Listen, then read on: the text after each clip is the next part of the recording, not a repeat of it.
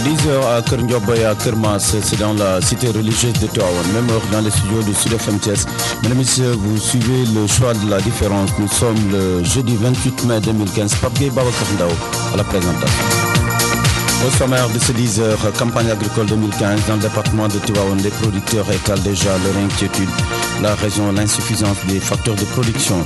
Crise à l'université de Thiès, les étudiants ont finalement marché hier après autorisation préfectorale. Les étudiants plus que jamais décidés à mener le combat pour la construction du temple du savoir. Autonomisation des femmes de Thiénaba, elles ont reçu un financement de 5 millions du réseau des femmes pour l'émergence. Les autorités municipales entendent accompagner les 80 groupements de promotion féminine de Thiénaba. Voici pour le sommaire le développement après exécution. Babacar Ndao. C'est ce qu'a sans doute compris le préfet de Thiès en accédant à la demande d'autorisation de marche des étudiants de Thiès. Serigne Abdoumbaké Diop réaffirme la noblesse de la cause de leur combat, celle de construire l'université de Thiès. Nous exigeons la construction de l'université de Thiès. Nous n'allons pas reculer de iota là-dessus. Du rectorat à hauteur du croisement Stade Magnan-Soumaré, les marcheurs ont arpenté le Vonican sous la forte canicule, pancarte en main pour dire non aux promesses. Que nous avons assez de ces maquettes. Nous avons assez vu de maquettes. Et leur ministre, leur autorité donc suprême, était venu même pour nous dire qu'en telle date, je pense que c'était en octobre dernier, on nous projetait au mois de janvier, on allait démarrer la construction de l'université pour tant de mois, etc. Au finish, on n'a rien vu. Donc on ne peut pas aussi se fier sur des promesses flashieuses. L'esprit de l'étudiant Keba Diallo de l'UFRCS blessé au cours de la première marche est réprimé à planer tout au long de cette procession. Réclamer le respect de l'université de Thiès et aussi réclamer justice pour notre ami Keba Diallo qui est gravement blessé. Des étudiants qui reconnaissent certes la sensibilité de cette période coïncidant avec les examens, mais ils ne comptent pas fléchir. Quand l'essentiel est en danger, ce projet devient un devoir. Donc il y a des plans d'action, il y a un plan d'action qui est en train d'être mené. Il y a des marches, il y a des sittings, il y aura des marches, il y aura des sittings, il y aura aussi. On n'exclut pas d'arrêter les cours, on n'exclut pas d'arrêter les cours, on n'exclut pas de faire pire comme les autres. Aller à des grèves de faim, on n'exclut pas de prendre la route pour aller pour marcher vers Dakar et peut-être ils vont nous arrêter, mais on va encore déclencher une autre marche. Nous sommes près de Dakar, on peut toujours faire quelque chose qui est encore pire. Donc nous sommes plus que jamais déterminés. Un plan d'action qu'ils entendent mener jusqu'au bout.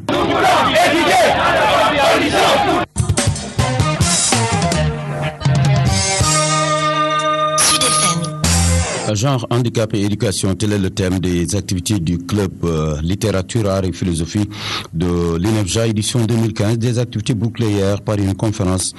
Seydina Mohamed Gueye est le président du club de l'INEFJA.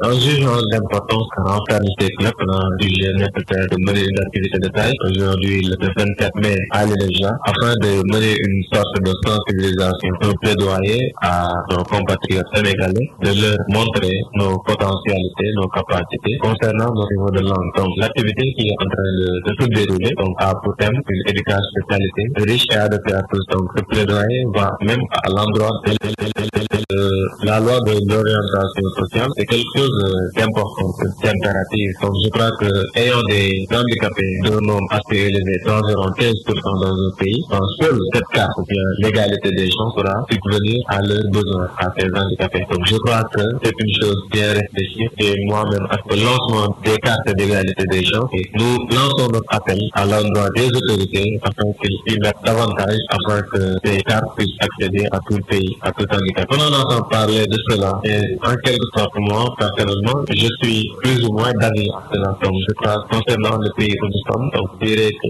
les tâches sont un petit peu dispersées de manière inégalitaire. Donc, de ce fait, je n'aimerais pas trop me balader dans ces détails. Mais l'essentiel est que je suis aussi le président d'une association du nom de l'AEPA, l'Association pour l'éducation et la promotion des personnes aveugles du Sénégal. Donc, mon rôle en tant qu'handicapé, c'est de montrer mes potentialités, d'avoir une place là où les autres l'ont. Les handicapés moteurs, les handicapés auditifs, les handicapés visuels et autres. Ma place, c'est là-bas, c'est de montrer aux Sénégalais que je suis un Sénégalais de part entière. À l'instant, Seydina Mohamed Gueye, le président du club littérature, art et philosophie de l'ENEFJA. Nous nous excusons de la qualité de l'élément qui n'est pas des meilleurs. Rappelons que la conférencière du jour est revenue sur la scolarisation des filles portant un handicap. Une évolution est certes notée, reconnaît Madame Diong Yassine Fall. Elle est le chef du bureau partenariat genre et communication à l'inspection d'académie de Thiès. Les filles ont toujours vécu une discrimination. Si aujourd'hui on a pensé à créer le cadre de coordination des interventions sur l'éducation des filles, s'il y a une association dénommée SCOFI, c'est parce que les filles ont été laissées en rade. Mais je pense qu'aujourd'hui, des avancées assez significatives ont été notées. Et tantôt, on s'est rendu compte qu'avec a réellement augmenté, mais ça ne veut pas dire quand même que leurs besoins, qui leur sont spécifiques, ont été pris en charge. Et je pense que c'est à ce niveau qu'il faut vraiment faire le plaidoyer. Et d'ailleurs, la loi d'orientation sociale est largement revenue sur ce problème de discrimination pour une égalité de chances, pour la protection des droits des enfants vivant avec un handicap, mais toujours le problème des filles en situation de handicap se pose avec activité, surtout avec les problèmes de violence dont elles peuvent être victimes. Moi, je pense qu'à ce niveau, il faut vraiment que les décideurs prennent à bras le corps ce problème. En tout cas, nous, au niveau de l'inspection d'académie, avec le bureau genre, nous sommes en train de faire les sensibilisations. Donc, nous sommes en train de faire le plaidoyer, mais il faut dire que les choses quand même évoluent lentement, mais quand même sûrement. Je pense que l'IA, et chaque fois que l'INEFJA organise, l'IA est présente. Et donc, au niveau de l'inspection d'académie, elle accorde une attention assez particulière aux problèmes de l'INEFJA. Et aujourd'hui, nous qui avons l'habitude de travailler avec l'INEFJA, on s'est rendu compte que quand même il y a une évolution. Mais il faut se dire aussi que parfois le problème, c'est pas au niveau de l'IA, mais parfois aussi au niveau des parents.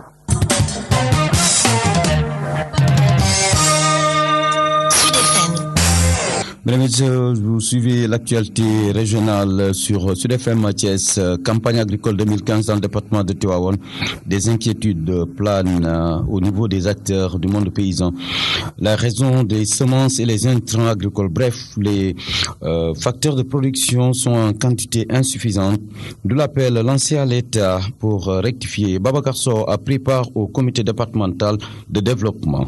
La campagne agricole dans le département de Tivaouane s'annonce difficile pour le monde paysan, malgré la volonté affichée des commissions de distribution de semences et intrants agricoles qui sont mises en place pour un bon déroulement des opérations. Les semences et intrants agricoles sont en quantité insuffisante. Un CDD s'est tenu sur la question. Serigne Bakedjon est le maire de Pambal. Par rapport aux semences et engrais pour la campagne 2015, on a constaté qu'au niveau de la commune de Pambal, il y a vraiment une très forte baisse par rapport à notre dotation de l'année dernière. 11 tonnes d'arachide de semences, vraiment c'est dérisoire. On va essayer de faire des notifications pour informer les autorités étatiques pour qu'on puisse revoir cette répartition. Même scénario à Ngandjouf, une autre localité du département de Tivaouane, où la quantité des intrants agricoles doit être revue à la hausse. Ngouda Sis, maire de Ngandjouf, est également producteur. Ici à Ngandjouf, le problème pour cette présente campagne agricole, c'est l'insuffisance des engrais et nous demandons à l'État de l'augmenter. Une autre inquiétude aussi a été relatée chez les paysans du département de Tivaouane et qui est l'absence du mil dans les quotas, d'où l'appel du préfet Maguette Diallo qui a présidé ce CDD. Le CDD demande à ce que les quotas de l'année dernière soient reconduits et que également ci walu dugub bi remarqué nañu malheureusement ci planning bi amul soxna nañ ko ci zone yi wax nañ ko là également ñu ngi demander ñu mettre en place un quota. Un CDD où Cheikh Tidiane Touré, le chef du service départemental de l'agriculture et l'opérateur fournisseur numéro 1 du département de Tivaouane, Modou Fall, ont rassuré les acteurs que les manquements seront rectifiés en attendant des prières pour un bon hivernage. Babacar Sow, Tivaouane pour CDFM. Babacar Sow, quittons Tivaouane pour aller dans la cité religieuse de Tianaba pour parler cette fois-ci financement. Les femmes de cette commune viennent de bénéficier d'une ligne de crédit de 100 millions remboursable en 2 ans, un financement du réseau des femmes pour l'émergence. Le maire de Tianaba qui a facilité ces fonds promet de renforcer l'accompagnement des femmes. Abdou Diouf, agent municipal et porte-parole parole du maire Taladjagne. Ce financement nous vient de l'État, donc ça fait partie du programme du gouvernement à accompagner les femmes pour le développement. D'ailleurs, on les appelle réseau des femmes pour l'émergence. Donc ça fait partie du politique de son excellence M. Macky Sall. Et que ces fonds sont destinés uniquement au groupement, au GPF des différentes localités que Thiénaba a bénéficié aujourd'hui. Que vraiment c'est passé parce que ces fonds ont été retirés effectivement par le groupement de Thiénaba. Ce n'est même pas le maire qui a retiré les fonds, mais c'était fait avec les groupements. Parce que lui, dans son politique aussi, il fait devancer la population. Il favorise que la population eux-mêmes prenne leurs engagements parce qu'il s'est senti qu'il est là pour eux et il est là aussi pour le développement. Le montant c'est estimé à 5 millions. Malheureusement, on avait presque 80 poussières groupements qui étaient inscrits. Pour lui, il faut que tout le monde s'en bénéficie, du petit coup au moins. Il faut que tout le monde se sentir être bénéficiaire de ces fonds pour qu'il n'y aura pas de défaut ou bien quelque chose qui reflète à la politique ou bien quelque chose que les gens pouvaient... De manière générale, quels sont les domaines dans lesquels les femmes de la commune de Thiénaba s'activent? Les femmes de Thiénaba, leur dynamisme et leur capacité sont reconnues au niveau national. Ce sont des femmes qui font la transformation noix d'acachou. Comme vous le savez, si vous prenez la route là, vous verrez que c'est les femmes de Thiénaba qui vendent souvent les noix d'acachou. Donc ils sont en transformation de noix d'acachou, mais aussi en transformation de céréales aussi. Ils participent sur ça. Ce sont aussi des femmes cultivateurs, des femmes maraîchaises, des femmes qui font du commerce. En tout cas, ils sont dynamiques pour dire qu'ils touchent pas mal de secteurs de développement qui sont aptes à faire ici.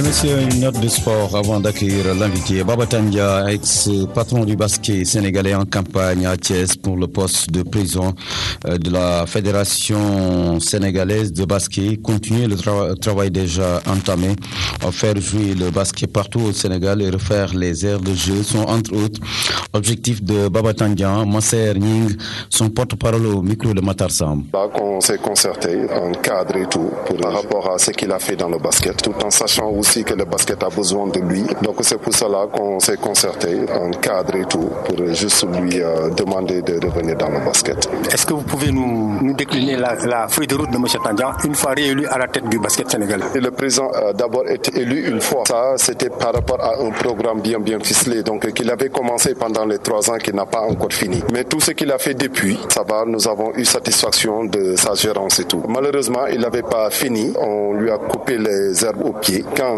il était à la tête de la fédération, c'est les joueurs et les présidents des clubs comme la banlieue ont fait, le Nord a fait, le Sud avait fait la semaine passée, que vient de faire aussi le Centre. Et c'est des attentes qu'on a par rapport à sa personne, par rapport à sa gérance quand il était président de la fédération. Qu'est-ce que Baba Tandia va faire pour le basket sénégalais? Relever encore le basketball sénégalais, que vendre encore notre image pour que le basket se joue de Dakar à Fongolémi. Donc refaire les infrastructures, permettre encore d'avoir un autre stadium. Ce sera sa feuille de route et par rapport à la demande de tous les présidents actuellement. Essayer d'accompagner les clubs et surtout, il faut penser à ces jeunes aussi. Le basket pour ces jeunes-là et puis amener beaucoup de matériel didactique.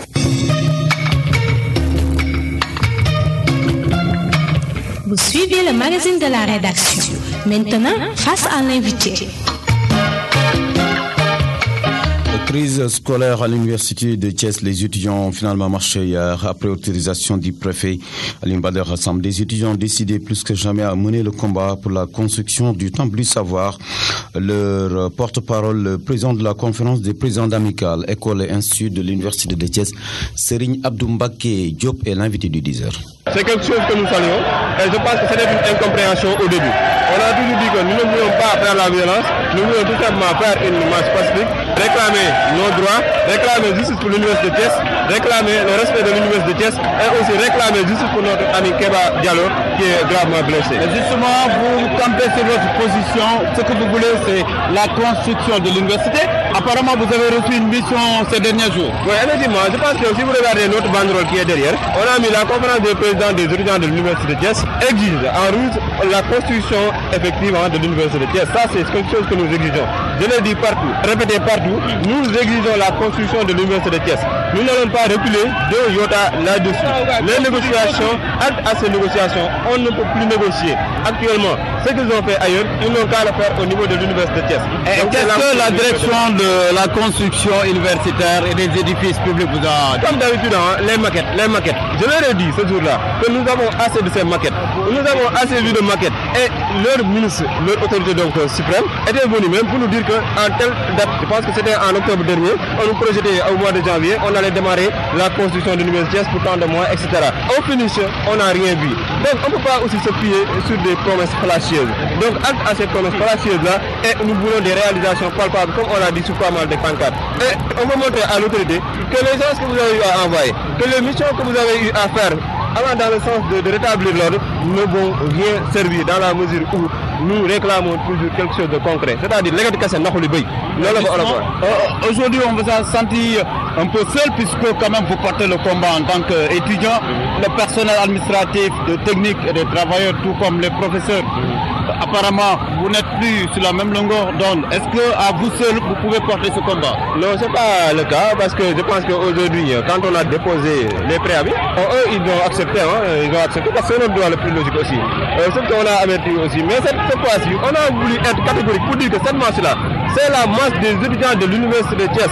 Et que si cette marche-là n'est pas autorisée, c'est sûr que c'est aux étudiants qu'on empêche aujourd'hui de marcher, non pas à des, je ne sais pas, etc., je ne veux pas citer de nom, mais ce sont les étudiants aujourd'hui qui ont pris l'initiative de faire cette marche-là. Maintenant, autre chose que je voudrais dire, la dernière fois qu'on descendait dans la rue, je pense que seuls les étudiants avaient quand même le courage de marcher. Donc aujourd'hui, nous pensons que si toutefois nous devons entamer encore une autre marche, on peut que se baser sur nous-mêmes.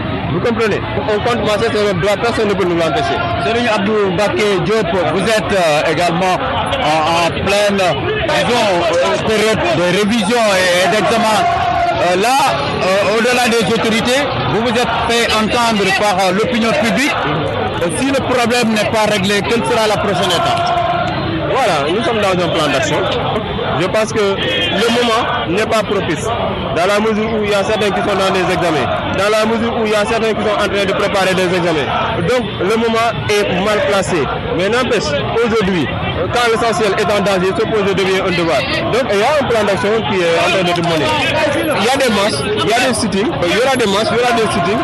On n'exclut pas d'arrêter les courants. On n'exclut pas de faire pire comme les autres. Aller à des grèves de faim. On n'exclut pas de prendre la route pour marcher vers Dakar. Et peut-être ils vont nous arrêter, mais on va encore déclencher une autre marche. Nous sommes près de Dakar. On peut toujours faire quelque chose qui est encore pire. Donc nous sommes plus que jamais déterminés. La conférence des présidents, l'ensemble des étudiants est plus que jamais déterminé à mettre fin à cette. Avez-vous senti une médiation d'autres bonnes volontés? Bon, on peut dire qu'il y a les parents d'élèves, parfois aussi peut-être la mairie, mais pas de manière très déterminée. Nous, moi je l'ai dit et répété, inutile de faire beaucoup de médiation. Ce qu'on demande c'est simple, que l'État construise l'université de Thiès. Et si l'État le fait, bon voilà, tout sera réglé. C'est les médiations aussi, quoi qu'on puisse dire, on ne peut pas nous dire quelque chose vraiment qui ne va rester qu'au niveau des... des paroles. La construction de la construction, nous exigeons, et nous sommes fermes là-dessus. On ne peut pas négocier là-dessus. Ça, on l'a dit partout. La prise en charge de Keba Diallo, là aussi, nous sommes fermes là-dessus. S'il faudrait l'évacuer, il faut qu'on l'évacue. Et si toutefois, si nous lui arrive quelque chose, voilà, c'est le cas au total. Babacar Ndaw. Mesdames et messieurs, l'invité du 10h met un terme à cette édition. Retenez cette brève avant de nous quitter. Cette importante rencontre, éco-régionale de partage de l'étude portant sur l'élaboration d'une stratégie nationale pour la promotion des emplois verts. C'est à l'initiative du ministère de l'Environnement et du Développement durable en collaboration avec le Partenariat pour l'action en faveur de l'économie verte. Ces rencontres qui regroupent le pôle centre, notamment les régions de Thiès, Diourbel, Fatick, Kaolack et Kaffrine, se tient ce matin à Thiès. Le rappel des titres, campagne agricole 2015 dans le département de Tivaouane, les producteurs étalent leur inquiétude. Et pour cause, l'insuffisance des facteurs de production. Vous avez entendu Babacar Sow dans ces 10 heures. Crise à l'université de Thiès. Les étudiants ont finalement marché hier après autorisation préfectorale. Des étudiants décidés à mener le combat pour la construction de leur temple du savoir. Autonomisation des femmes de Thiénaba. Elles ont reçu hier, elles viennent de recevoir un financement de 5 millions du réseau des femmes pour l'émergence des autorités municipales pour l'émergence. Les autorités municipales entendent accompagner les 80 groupements de promotion féminine de Tianaba. Mesdames et messieurs, ça n'est tout pour ce 10h. Merci de l'avoir suivi. Merci à Pape Gueye qui était de l'autre côté de la baie vitrée. Babacar Ndao vous a présenté ce 10h.